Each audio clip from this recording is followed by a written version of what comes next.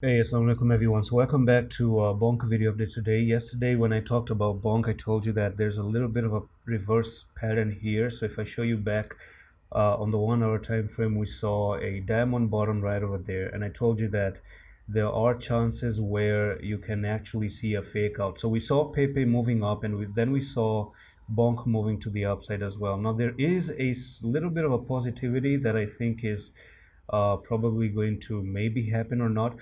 Before we talk about what's good, there's something I want to highlight, and that is this resistance that you're going to find for BONK at the moment. So if you look at it, you have one rejection down there, you have another rejection down here, you got rejected again right there, you went down, and now you're still trying to climb back up again and try to break it. So I'm going to leave you with a comment that this can actually look something like that, where you try to kind of climb up a little bit like this, and if you're successful in breaking it, then we could actually go back up to 3000 and to one more time. So that's all for the video, and I'm going to see you the next one. Allah Hafiz.